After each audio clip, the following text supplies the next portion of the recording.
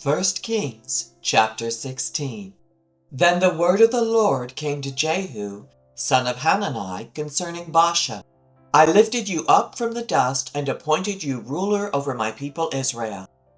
But you followed the ways of Jeroboam and caused my people Israel to sin and to arouse my anger by their sins. So I am about to wipe out Baasha and his house, and I will make your house like that of Jeroboam, son of Nebat. Dogs will eat those belonging to Baasha who die in the city, and birds will feed on those who die in the country. As for the other events of Baasha's reign, what he did and his achievements, are they not written in the book of the annals of the kings of Israel? Baasha rested with his ancestors and was buried in Tirzah, and Elah his son succeeded him as king. Moreover, the word of the Lord came through the prophet Jehu, son of Hanani, to Baasha and his house, because of all the evil he had done in the eyes of the Lord, arousing his anger by the things he did, becoming like the house of Jeroboam, also because he destroyed it. In the 26th year of Asa, king of Judah, Elah, son of Baasha, became king of Israel, and he reigned in Tirzah for 2 years. Zimri, one of his officials, who had command of half his chariots, plotted against him. Elah was in Tirzah at the time, getting drunk in the home of Arza, the palace administrator at Tirzah. Zimri came in, struck him down, and killed him in the 27th year of Asa, king of Judah. Then he succeeded him as king. As soon as he began to reign and was seated on the throne, he killed off Baasha's whole family. He did not spare a single male, whether relative or friend. So Zimri destroyed the whole family of Baasha, in accordance with the word of the Lord spoken against Baasha through the prophet Jehu. Because of all the sins Baasha and his son Elah had committed and had caused Israel to commit, so that they aroused the anger of the Lord, the God of Israel, by their worthless idols. As for the other events of Elah's reign, and all he did, are they not written in the book of the annals of the kings of Israel? In the 27th year of Asa, king of Judah, Zimri reigned in Tirzah 7 days. The army was encamped near Gibbethon, a Philistine town. When the Israelites in the camp heard that Zimri had plotted against the king and murdered him, they proclaimed Omri, the commander of the army, king over Israel that very day there in the camp. Then Omri and all the Israelites with him withdrew from Gibbethon and laid siege to Tirzah. When Zimri saw that the city was taken, he went into the citadel of the royal palace and set the palace on fire around him. So he died, because of the sins he had committed, doing evil in the eyes of the Lord, and following the ways of Jeroboam, and committing the same sin Jeroboam had caused Israel to commit.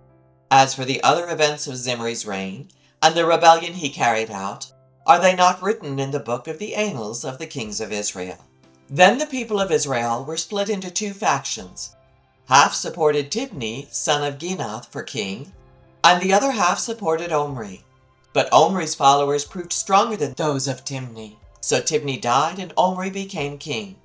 In the 31st year of Asa, king of Judah, Omri became king of Israel, and he reigned 12 years, 6 of them in Tirzah. He bought the hill of Samaria from Shemer for 2 talents of silver, and built a city on the hill, calling it Samaria, after Shemer, the name of the former owner of the hill. But Omri did evil in the eyes of the Lord, and sinned more than all those before him.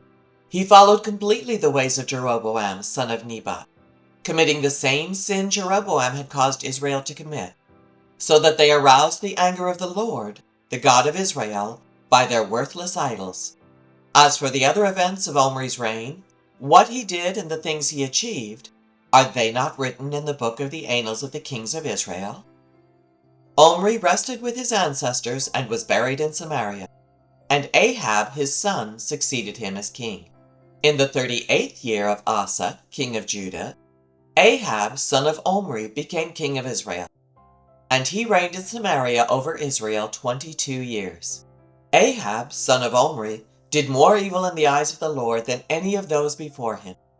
He not only considered it trivial to commit the sins of Jeroboam, son of Nebat, but he also married Jezebel, daughter of Ethbaal, king of the Sidonians, and began to serve Baal and worship him. He set up an altar for Baal in the temple of Baal that he built in Samaria. Ahab also made an Asherah pole and did more to arouse the anger of the Lord, the God of Israel, than did all the kings of Israel before him.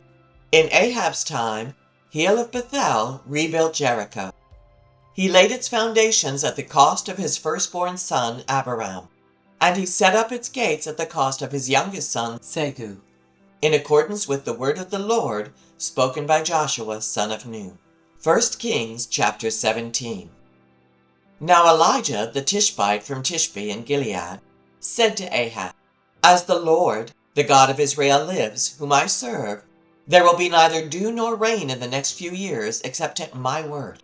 Then the word of the Lord came to Elijah. Leave here, turn eastward and hide in the Kerith ravine, east of the Jordan. You will drink from the brook, and I have directed the ravens to supply you with food there. So he did what the Lord had told him.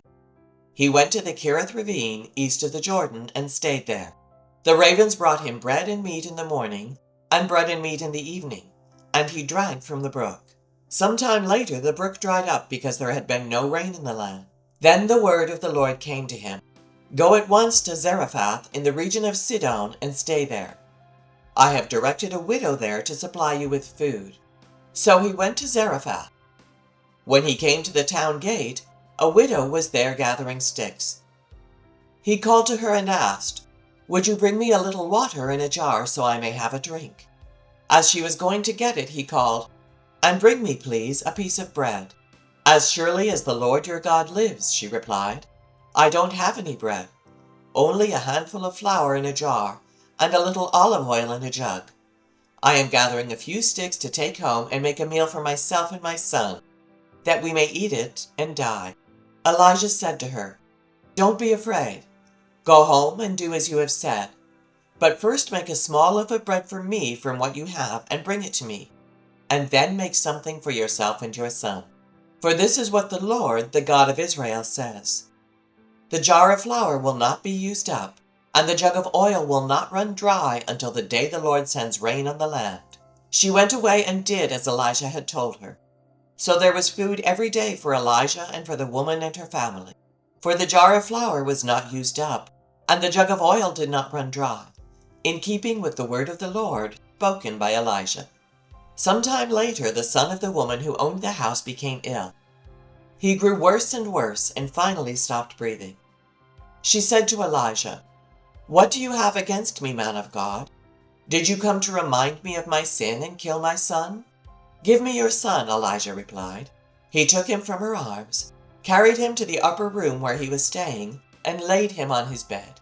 Then he cried out to the Lord, Lord my God, have you brought tragedy even on this widow I am staying with, by causing her son to die?